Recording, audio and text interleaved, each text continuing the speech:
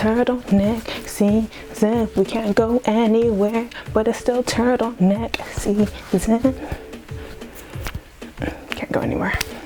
Who do you know puts this many annotations in a paranormal romance? Who do you know?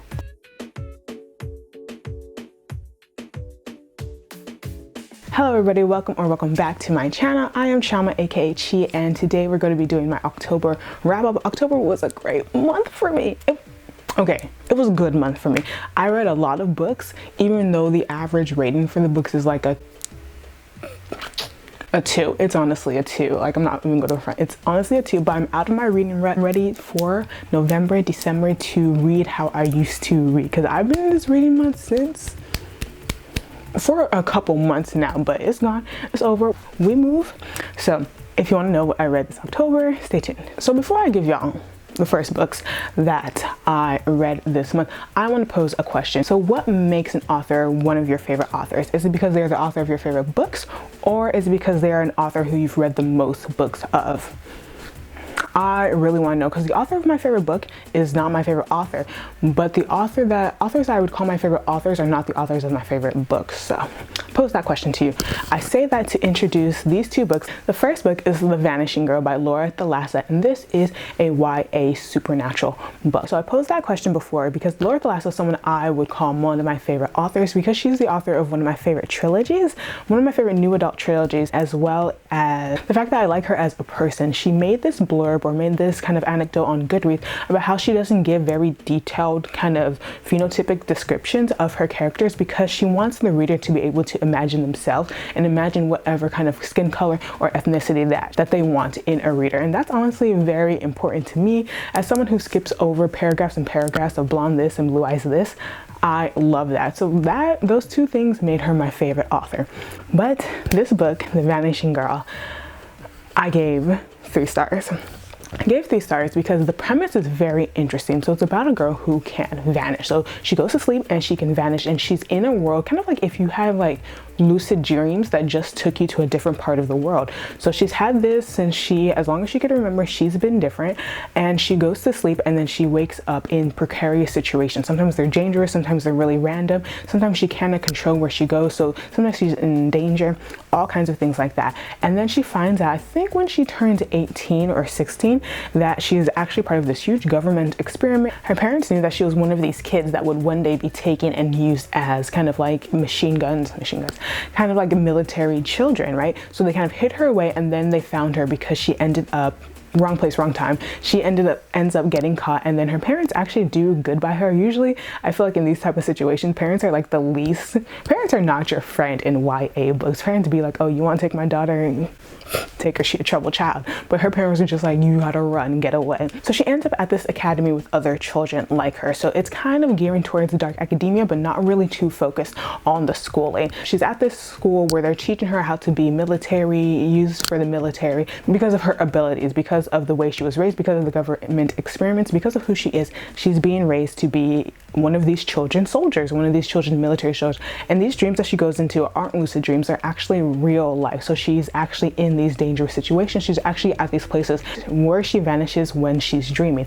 And this organization, this school, is teaching all of the kids who are part of this experiment to use this ability to kind of like infiltrate mafia, CIA, FBI type things. She stumbles on something that is like really it's really not good, really dangerous, and this whole kind of like thing that she's a part of is actually not helping nobody. It's not for the good of America, it's not for the good of the world. It's actually really, really bad. So she stumbles on that, and then there's this kind of like, honestly, there's a main guy in this, but he could leave, he doesn't do anything. There's kind of a fated lovers element to it. So it's kind of like you guys are born in these kind of like heteronormative pairs, and like you grow up, and if you want to love them you can, if you don't, but you guys are meant to be to have the same blah blah blah blah. That honestly could die. That meant nothing. That whole romance element was small and meant nothing.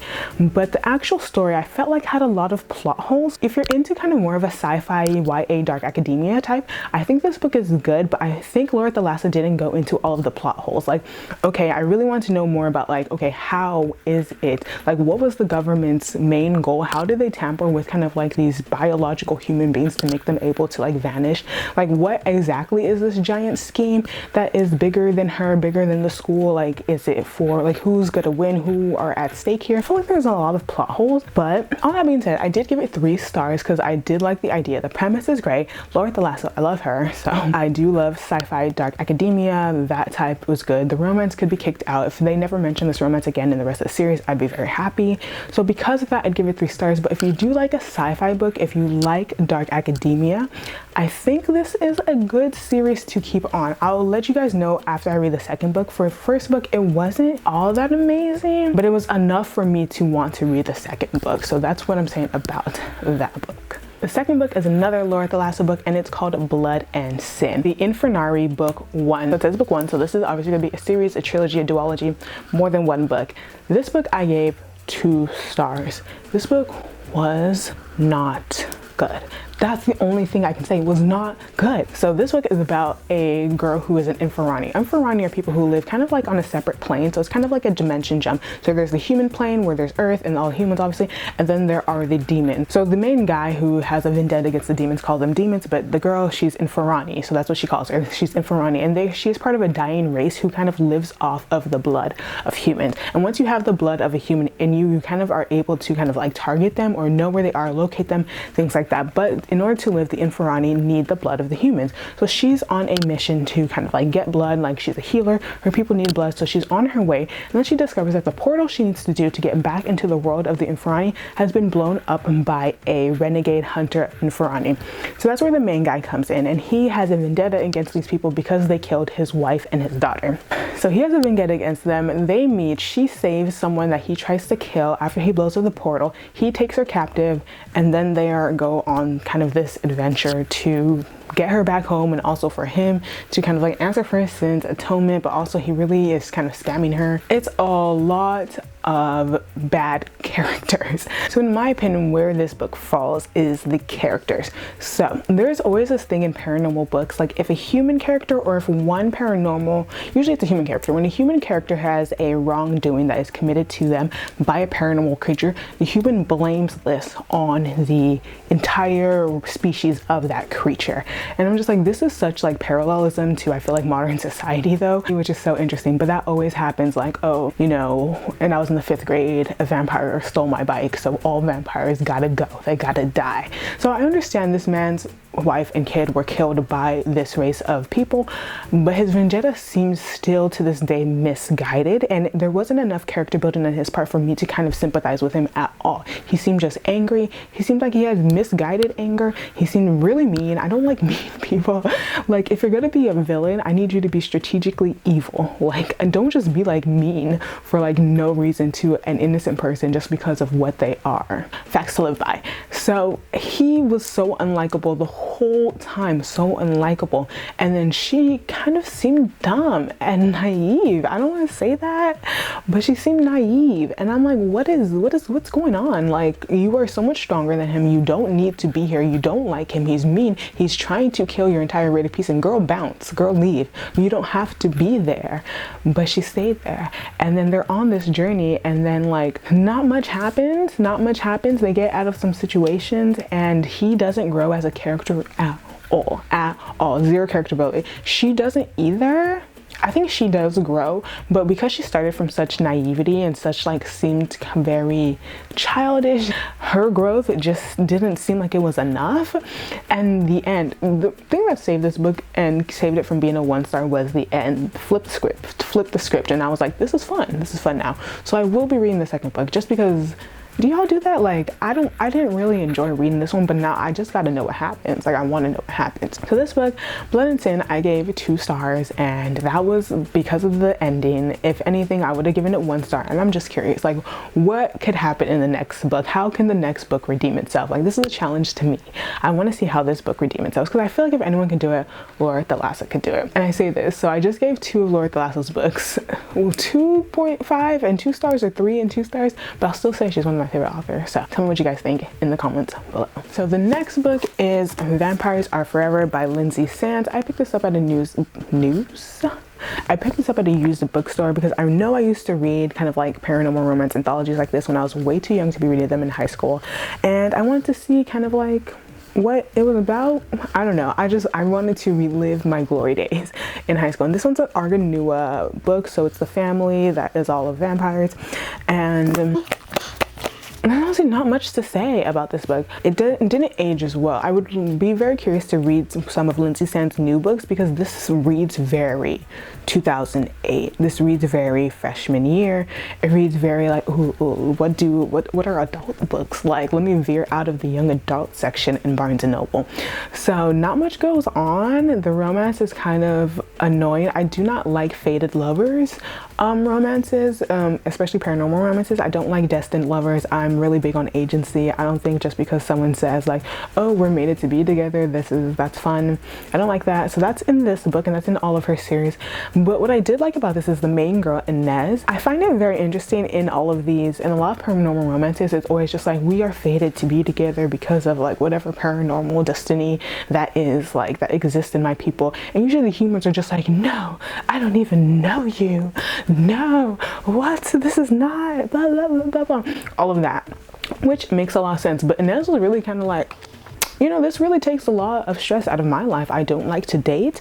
I don't want to date. This person's made for me. So yeah, I'm gonna go with it. Even though I don't agree with that mindset, I found it refreshing. I found it very refreshing and kind of funny, because I'm just like, she was just the anti. Everyone's just like, no, let me court you. Let's get to know each other. She was just like, for show. This really takes a lot of my stress and I can focus on my career. And I was just like, you know what? Girl, you make a good point. So this follows Inez and Thomas.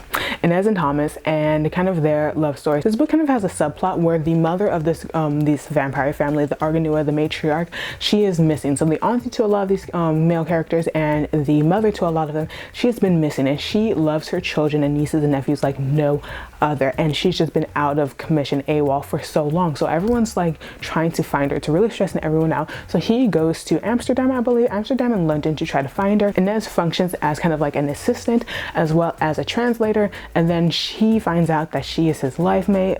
That romance ensued. I found it so much more interesting, the mystery between what is happening to the matriarch of the family. Like, that is the only reason I will be reading the next book in the series, because I really want to know what's happening. It seems like it's a mix of like a lot of kind of like Valtori, like head vampire type of kidnapping things that I'm very interested in. People are kind of controlling the humans, trying to throw them off the trail of where Margaret is. All of her kids are now in Europe. All of them, all hands on deck. All of them are getting mated while they're trying to find their missing mother. So the subplot was really a lot better. The romance in this, it was okay. I will be picking up the second book, but this one is a 2-star. The next book, Lovermind by J.R.Ward. If you've read the Dark Brother, Black Heather, Blood Heather Vampires, if you've read the Black Dagger Brotherhood series, this is John Matthews' book. No, it's not. No, it's not. This is Revenge's book, and Revenge is a sympath. He's half sympath, half vampire, and this was a really good book. I love all of J.R.Ward's books. Honestly, there isn't one that I haven't loved yet. There isn't one that I haven't enjoyed yet. They're really, really well written. They follow a lot of perspectives, which some people, I read the Goodreads reviews, really do not like. They really like it to focus just on the main two characters and the romance, but I really think the subplot and like kind of getting glimpses into what's going on with the other characters is kind of the funnest part of her books.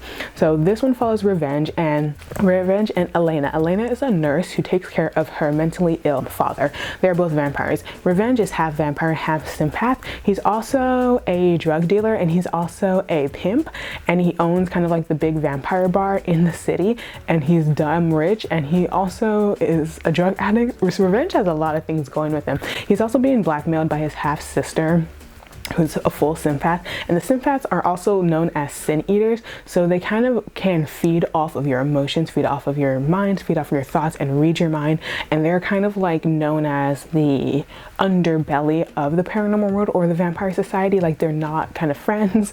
People don't really like them. So him and Elena's friendship or kind of romance is very, very nice, very, very true, and it didn't feel forced at all. It felt very realistic. I feel like Elena was really realistic about things when she starts to like kind of find out more things about revenge, and when revenge starts to find out like maybe I don't want to be a drug dealer, but then I'm being blackmailed. So all of these other things. I feel like Love of Mine was a really good book. I'll give it 4 stars because it's not J.R.Ward. It's my favorite of J.R.Ward, but it's definitely good. And I love how it goes away from the original Black Dagger brothers and goes into kind of like some of the sub characters that we were introduced from the beginning of the series. I read another Black Dagger Brotherhood series book, and this is, what did I call this one? This is Lover Avenged. And this one is Lover Mine, and this one's John Matthews' book, and John Matthews' book is one I've been looking forward to since John Matthew was introduced into the Brotherhood, and it did not disappoint. This one was a 5 star. I love this book. I love Zex. I have no idea how to pronounce her name, but I'm pretty sure she's Zex. I love how they had like a non-damsel type of main female character. Even though I do love all the female characters, they're like, you know, always really strong-willed, but Zex is really like a non-damsel. Like, she's the fighter. She is like, you know, bodyguard. She's the first hand on deck. She's the first hand woman of revenge, and John Matthew is mute, so he cannot talk. He's not deaf, he cannot talk, but he can hear, and he speaks to everyone with sign language, and he's also the reincarnation of Darius. So if you read the Black Dagger Brotherhood series, if you haven't, spoiler kind of, maybe a little bit, Darius died in the first book, and Darius is actually the father of Beth, who has made it to the queen. So John is the reincarnation of that, and you see them tiptoeing around that in the book, so it's very funny. So in the synopsis on the back, J.R.Ward tells the reader like John Matthew is the reincarnation of Darius, but none of the characters, she does not divulge that to the characters in the book. So it's so interesting. I love when the reader knows something that the character doesn't, and that was really great in this book. So I'll give Love of Mine 5 stars. This is a great book. Zex and John's love story is very, very brought together by their kind of tragic past, and there's a lot of themes in here that I do give content warnings for, because it follows things like sexual assault, sexual abuse, kidnapping, things like that, and they really kind of I don't want to say bond over that, but they're able to kind of like see each other's wounds and see past the barriers that they put on top of it to cover those wounds. So Love of Mine was a great book. Really enjoyed this one. The next book is a graphic novel by Brian Vaughan, and that is Saga. Saga series. I read this on Kindle Unlimited, and this graphic novel, it was very, very interesting. First of all, can we talk about how good looking the characters are on the cover? Like, they're just really 2 good looking people, and I was very intrigued because the cover is the man and the woman and a baby. So I don't read a lot of books, I feel like, where it's kind of like a family dynamic is the main character, the main color scheme, the main of the book, and it was very, very interesting in this. So this book is very, I'm not gonna say interesting for a 4th time, but I just did not know what to make of it. The art is very, very cute, very, very well done. I feel like because I read a lot of manga, there's not a lot of distinct features between anime characters and like manga illustrations. There's not a lot of distinct features. You can tell like the characters apart, but they're kind of drawn in the same art style. Everyone here was kind of drawn very distinct and has very good like features. But the story around this, it follows a man and a woman who, the woman in the beginning of the book, first page, is giving birth. That was very interesting. So it follows a father-mother duo with their baby, and they come from 2 opposite sides of a war that's going on. So the man is from the moon that revolves around the planet that the girl is from, and they have been at war, and they're kind of like fighting a gigantic war across the galaxy that has a bunch of proxy wars that's happening on other planets. So they fight on opposite sides, and they're both soldiers. It hasn't really it didn't come into the story in the first volume, how they actually met and how kind of like their love story or their conception story or any of that happened. We just see her giving birth on the first page, and he's trying to catch this baby. So it kind of follows them, and they have to be on the run, obviously, because their 2 sides of the war are at war. They cannot be seen frolicking, fornicating, being with each other. So they end up being kind of public enemy or most wanted on both sides, and both sides want to capture them, kill both of them, and retrieve the baby before the other side does. It kind of went into why this was, but not really too much. I understand the war, but why the baby had to live, like, not sounding evil, but why the baby was really important to them was never really explored. Maybe so the baby can be used as collateral in the future. I wasn't really sure, but both sides didn't want the other to know that they knew that 2 of their soldiers or one of their soldiers had fornicated with the other. They also didn't want the other side to know that there was a baby coming, and you kind of follow the couple and their baby and all these other characters throughout the galaxy. So many characters, more characters than plot. There wasn't really much of a plot. They're just on the run. That's the plot. They're trying to escape and be able to live freely and raise their daughter. It's very kind of written a little bit overtly adult in some places, and if you don't know what I mean, I kind of mean like if you ever watch an adult cartoon, unfortunately they're kind of overtly adult for no reason. So like you would think that we're all in offices just like, you know, cursing every other word and being like sex, sex, sex, sex, sex, sex, always talking like that. So it kind of is like that. Like they really want to be kind of like overtly raunchy, sometimes overtly vulgar, which was kind of annoying. Some of the topics that were discussed, I really would have rather they did not have kind of like arcs around them personally. So definitely content warning for that. I don't know, it was different. It was very, very different. I'm very curious to see where it goes. I will give this 3 stars because it was interesting enough that I'm actually kind of excited to see the next volume. It was amazing, very character driven. So if you are more of a plot driven reader, this might not be it, but if you like character driven, lots of characters, this world, I'm really curious about the world or the universe that the author is building here. So I'll give this 3 stars. And yeah, the next book is another graphic novel or manga. This is Goblin Slayer by Kumo Kagyu, and this is the first volume, and this volume was very, very interesting. So Goblin Slayer, it follows a girl. So the main girl here wants to be an adventurer. In this world, anyone can be an adventurer. You just have to sign up, and there are 12 tiers of adventurers. So when you first sign up, you are at the most bottom tier, and by completing adventures or kind of quests, that's how you can kind of raise in the ranks of a adventurer. So this girl comes into kind of like the adventurer, where the people who are in need, so whether you are a farmer, you want to get rid of like maggots or elves or something that is plaguing you, you come to this place, you submit a request, and then an adventurer of that rank would come and do the quest for you. So she comes in as the lowest level of adventurer, and she wants to kind of raise in the ranks. So a group of girls, she meets them, and then they kind of go on this adventure, and then ish hits the fan. So it doesn't go too well, and she has to be saved by this guy, and they kind of become kind of a partner duo. This guy who's a higher ranked adventurer, and they kind of become a partner duo in their quest to rid the world of goblins. And it's very interesting. I think the characters in here are very interesting because she's kind of more soft-hearted, and he's kind of like all goblins to die, and she's kind of like, even babies?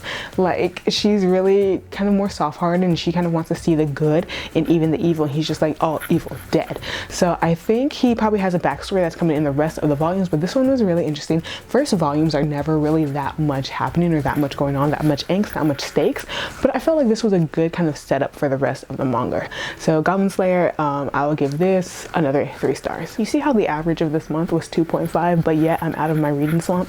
So the next book and the last book, I'm actually not going to go too in depth, and this is The Darkest King by Gina Showalter, and this is William's story. If you follow her Lords of the Underworld. If you follow her Lords of the Underworld, this is William's story. This is also the last Lord of the story, and this one has so much annotations, and I'm actually going to go into why there's so much annotations in another book, but this one was very interesting, not because of the plot. It's William's story. So William is kind of the adopted son of Hades. It goes into him kind of finding his actual origins, finding if he has any relatives, finding where he came from, and finding kind of going into the curse that a witch put on him, and if he can break the curse, and it has to do with him falling in love. The woman who he falls in love with is destined to kill him, all of that. So that's William's story, and I'm going to go into these annotations in another book, but it kind of really begs the question to me on how it is when non-POC authors, because the main girl here is a black girl, which I was so excited about, and when non-POC authors or non-black authors write black characters. So that's really what all of these annotations are about. I'm going to go into that on another video, but I did give this one 4 stars. So this is my highest rated book despite all of the qualms I had with it. So if you want to know kind of what I think about that, that will probably be one of the next videos. So those are all the books I read in October. October was a good month. I am burnt out on paranormal romance. No more. I'm done. For the rest of the year, I'm done. I say that, but who knows? But like, it was a lot, especially for all of them to average around 3 or 5 stars. I know, but you can't really expect too much, I feel like, from paranormal romance. For some you can, but for others you can't. So please tell me what you guys read this month, what you're looking forward to reading this month, if you are out of your reading rut. I feel like quarantine has put a lot of people in reading ruts, ironically. So please tell me if you're out of your reading rut, what you're looking forward to read this month, and I'll talk to y'all later.